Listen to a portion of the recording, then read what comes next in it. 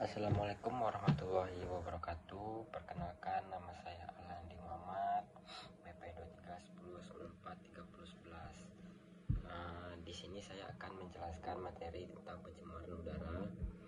Yang pertama, sejarah pencemaran udara. Salah satu permasalahan lingkungan dapat terjadi karena polusi udara yang dihasilkan oleh industri. Untuk mencegah dan mengurangi dampak dari polusi udara yang terjadi dan semakin pesat di berbagai belahan dunia, maka pada tahun 1974 UNEP dan WHO menginisiasikan program sistem pengawasan terhadap keadaan lingkungan global. Selain itu, pada konferensi lingkungan internasional yang diadakan pada tahun 1992 di Rio de Janeiro, permasalahan polusi udara di perkotaan juga mendapatkan sorotan yang penting. Ada beberapa peristiwa yang terjadi diakibatkan oleh polusi udara yang sangat mematikan. Lalu yang kedua yaitu sejarah peristiwa pencemaran udara yang mematikan.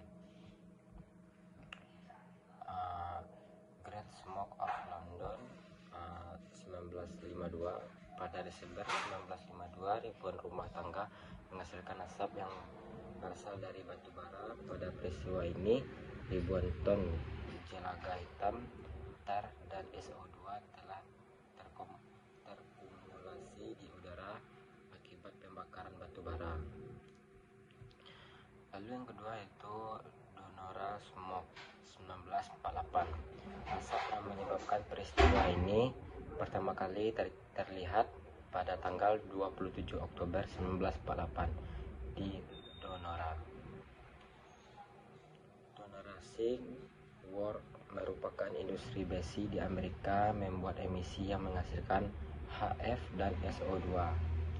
Peristiwa ini disebabkan emisi tersebut terjebak karena terjadinya inversi tercampur, di mana asap menjadi bercampur lebih tinggi. Yang ketiga itu sumber pencemaran udara.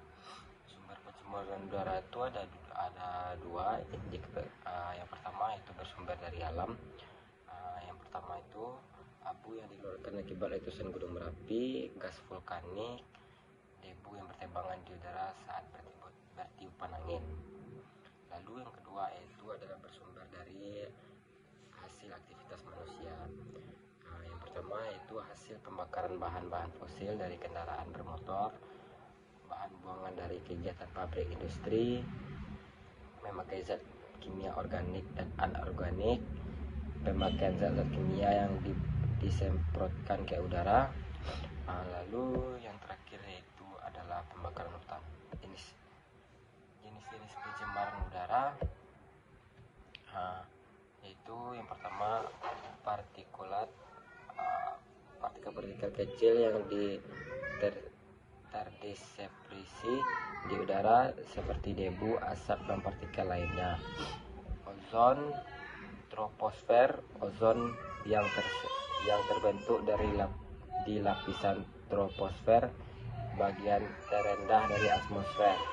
Lalu yang ketiga, nitrogen dioksida, gas yang dihasilkan dari aktivitas manusia, terutama pembakaran bahan bakar fosil. Sulfur dioksida, gas hasil pembakaran bahan bakar fosil yang mengandung belerang. Karbon dioksida, gas rumah kaca utama yang berkontribusi terhadap pemanasan global. Bahan kimia beracun, yaitu bahan kimia beracun seperti benzena, formaldehida, dan logam berat. Dampak pencemaran udara. Dampak pencemaran udara bagi alam yaitu yang pertama hujan asam, penipisan lapisan ozon, pemanasan global. Dampaknya itu yang kedua, dampak pencemaran udara bagi makhluk hidup yaitu karbon monoksida, nitrogen dioksida, hidrokarbon, global, ozon, ya lalu NOx. Lalu yang terakhir di sini ada regulasi pencemaran udara di Indonesia. Tersedianya transportasi ramah lingkungan, perketat emisi industri, kerjasama internasional, pemberlakuan hukum, penghijauan, lalu pengurangan dan daur ulang sampah. Itu yang dapat saya sampaikan. Kalau ada kata salah mohon dimaafkan. Assalamualaikum warahmatullahi wabarakatuh.